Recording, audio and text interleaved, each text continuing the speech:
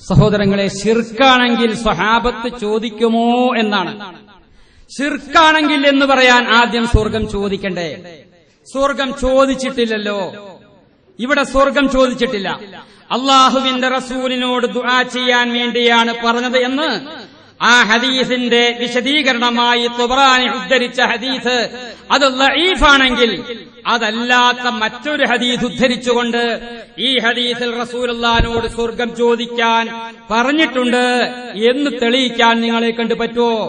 എങ്കിൽ പിന്നെ നമുക്ക് വളരെ സുഖമായിരുന്നല്ലോ. അള്ളാഹിനോട് സ്വർഗം ചോദിക്കണോ? നിങ്ങൾ റമദാനാകുമ്പോ എന്തെന്നാ പറയത്? എന്തെന്നാ സാധാരണ വളരെയധികം വർദ്ധിപ്പിക്കണമെന്ന് പണ്ഡിതന്മാര് പറയാറില്ലേ?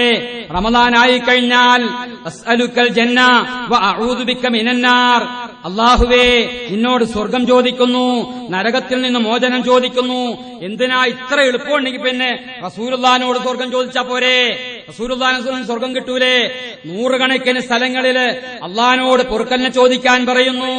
അതേപോലെ തന്നെ അള്ളാഹുവിനോട് പാപമോചനം ചോദിക്കാൻ, സ്വർഗം ചോദിക്കാൻ പറയുന്നു. ഖുർആനിൽ എവിടെയെങ്കിലും അള്ളാഹുവിന്റെ റസൂലിനോട് അല്ലെങ്കിൽ മരിച്ചുപോയ മഹാത്മാക്കളോട് സ്വർഗം ചോദിക്കാൻ പറഞ്ഞതായി ഒരൊറ്റ ആയത്ത് ഉദ്ധരിക്കാൻ സാധ്യമല്ല. അള്ളാഹുവിന്റെ റസൂലിന്റെ ഒരൊറ്റ ഹദീസ് പോലും ഉദ്ധരിക്കാൻ സാധ്യമല്ല. സഹാബാക്കളിൽ നിന്ന് നബിയേ എനിക്ക് സ്വർഗം വേണം എന്ന് ചെന്ന് നബിയോട് ചോദിച്ചതായി ഒരൊറ്റ സംഭവം ഉദ്ധരിക്കാൻ നിങ്ങൾക്ക് സാധ്യമല്ല. റസൂലുള്ളാഹിയുടെ വഫാത്തിന് ശേഷവും ജീവിച്ചിരിക്കുന്ന കാലത്തും റസൂലുള്ളാഹിയുടെ വഫാത്തിന് ശേഷവും ഒരൊറ്റ സ്വഹാബി പോലും അള്ളാഹുവിന്റെ റസൂലിന്റെ ജീവിച്ചിരുന്നപ്പോൾ അടുക്കൽ ചെന്ന് അല്ലെങ്കിൽ വഫാത്തായപ്പോൾ അവിടത്തെ ഖബറിന്റെ അടുക്കൽ ചെന്ന് നിന്നുകൊണ്ട് സ്വർഗം ചോദിച്ചതായി ഒരൊറ്റ സ്വഹാബി ചോദിച്ചതായി ഉദ്ധരിക്കാൻ നിങ്ങൾക്ക് പറ്റൂല. മുസ്ലിം ലോകത്ത് മദ്ഹബിന്റെ പണ്ഡിതന്മാർ ഏതെങ്കിലും ഒരു പണ്ഡിതൻ റസൂലുള്ളാഹിനോട് സഹായം ചോദിക്കാം, അഥവാ സഹായം ചോദിക്കാം, മഊനത്ത് ചോദിക്കാം, ഇസ്തിശ്ഫാ അല്ല കേട്ടോ ചർച്ച, ഇസ്തിദ്ആ അല്ല ചർച്ച, അത് വേറെ ചർച്ചയാക്കാം. റസൂലുള്ളാഹിനോട് മഊനത്ത് ചോദിക്കാം. ഇസ്തിഗാസയുടെ അർത്ഥം പറഞ്ഞില്ലേ? തലബുൽ മഊനത്തി ബിസബബിൽ മുഅ്ജിസത്തി വൽ കറാമത്തി മിനൽ അംബിയാഇ വൽ ഔലിയാഇ. മഊനത്ത് ചോദിക്കാം. ദുആ എന്നത് തന്നെ മഊനത്ത് ചോദിക്കലാണല്ലോ. അപ്പൊ ദുആ ചോദിക്കാൻ മാത്രമേ പറ്റുള്ളൂ, അത്തരത്തിലുള്ള മഊനത്തെ പറ്റുള്ളൂ. നമുക്ക് ഇവിടെ വെച്ച് എന്നാൽ അവസാനിപ്പിക്കാമല്ലോ. മറ്റതൊന്നും ചോദിക്കാൻ പാടില്ല, ഈ ദുആ മാത്രമേ ചോദിക്കാവൂ. എങ്കിൽ നമുക്ക് ആ വിഷയം മാത്രം ചർച്ച ചെയ്താൽ മതി. നിങ്ങൾക്ക് തന്റെ ഇടമുണ്ടോ? അള്ളാഹുവിന്റെ ഖുർആനിൽ അള്ളാഹുവിന്റെ റസൂലിനോട് മഗ്ഫിറത്ത് ചോദിച്ചതായിട്ട് ഞാൻ വിശദീകരിക്കുകയാണ്.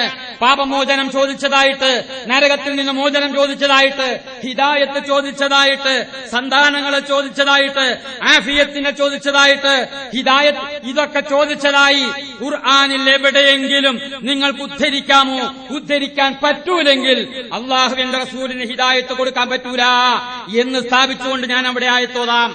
അത് പറ്റൂല, നിങ്ങൾ സമ്മതിക്ക്. അങ്ങനെ പറ്റൂല സമ്മതിച്ചാല് അള്ളാന്റെ റസൂലിനോട് അല്ല പറ്റും, അങ്ങനെ പറ്റും, അങ്ങനെ ഉണ്ട്, ഖുർആനിലുണ്ട് എന്ന് നിങ്ങൾ സമ്മതിച്ചാല് ഞാൻ പറ്റൂല എന്ന് സ്ഥാപിച്ചുകൊണ്ട് ഇൻഷാ അല്ലാഹ് അള്ളാന്റെ റസൂലിനോട് ഹിദായത്ത് ചോദിച്ചുകൊണ്ട് ഹിദായത്ത് കിട്ടൂല. അള്ളാന്റെ റസൂലിനോട് സ്വർഗം ചോദിച്ചാൽ സ്വർഗം കിട്ടൂല. അള്ളാന്റെ റസൂലിനോട് നരകത്തിൽ നിന്ന് മോചനം ചോദിച്ചാൽ മോചനം കിട്ടൂല. അതേസമയം ഇസ്തിശ്ഫാഓ ഇസ്തിദ്ആഓ ആണോ നിങ്ങൾ ഉദ്ദേശിക്കുന്നതെങ്കിൽ ഞങ്ങൾ മഊനത്ത് ചോദിക്കുന്നതിലൂടെ അതേ ഉദ്ദേശിക്കുന്നുള്ളൂ. ദുആ ചെയ്യേ നബിയെ, ഞങ്ങൾക്ക് വേണ്ടി ദുആ ചെയ്യേ എന്ന് മാത്രമേ, അല്ലെങ്കിൽ ശഫാഅത്ത് ചെയ്യേ എന്നേ ഉദ്ദേശിക്കുന്നുള്ളൂ. എങ്കിൽ അത് നിങ്ങൾ തുറന്നു പറ, എന്നിട്ട് നമുക്ക് ആ വിഷയം ചർച്ചയാകാം. എന്നാ പിന്നെ ഈ ആളുകളൊക്കെ റസൂലുള്ളാഹിനോട് നബിയെ എനിക്ക് സ്വർഗം കാട്ടാട്ടെ, എന്നെ നരകത്തിൽ നിന്ന് മോചിപ്പിക്കും നബിയെ, എനിക്ക് ഹിദായത്ത് നാട്ട നബിയെ, എനിക്ക് ആഫിയത്ത് നാട്ട നബിയെ എന്നിങ്ങനെ പ്രാർത്ഥിക്കൂലല്ലോ. നിങ്ങൾ റസൂലുള്ളാഹിനോട് എന്നെ പിടിച്ചോ, എന്റെ കൈ പിടിച്ചോ, എന്നെ സഹായിക്ക്, എന്നെ രക്ഷിക്കേ എന്ന് പറയുന്നത് അത് ഖുർആനിലുണ്ടെങ്കിൽ പിന്നെന്താ നമുക്ക് ബുദ്ധിമുട്ട്? ഒരായത്ത് നിങ്ങളോട് അല്ലെങ്കിൽ അള്ളാന്റെ റസൂൽ പറഞ്ഞിട്ടുണ്ട് എന്നോട് നിങ്ങൾ ചോദിച്ചോ, ഞാൻ നിങ്ങൾക്ക് ആഫിയത്ത് തരാം, ഹിദായത്ത് തരാം, സ്വർഗം തരാം എന്ന് റസൂലുള്ള പറഞ്ഞിട്ടുണ്ടോ? നിങ്ങളൊരു ഹദീസ് ഉദ്ധരിക്ക്. പിന്നെ മുഅ്ജിസത്തിന്റെ അടിസ്ഥാനത്തില് ചിലപ്പോൾ ഈസാ നബി പറഞ്ഞതുപോലെ, മൂസാ നബി പറഞ്ഞതുപോലെ അവരുടെ ഇടയിലൊക്കെ ഉണ്ടായ ആ സംഭവങ്ങൾ പോലെ മുഅ്ജിസത്തുകള്, ആ മുഅ്ജിസത്തുകള് അള്ളാഹു അവർക്ക് കൊടുത്ത കഴിവാണോ അല്ലയോ അത് നമുക്ക് വേണമെങ്കിൽ ഒന്ന് ചർച്ച ചെയ്യാം. പണ്ഡിതൻ അമ്പിയാക്കൾക്കും ഔലിയാക്കൾക്കുള്ള കഴിവാണോ മുഅ്ജിസത്തും കറാമത്തും? അഥവാ അവർക്ക് ഇഷ്ടമുള്ളപ്പോൾ എന്ത് ചെയ്യും?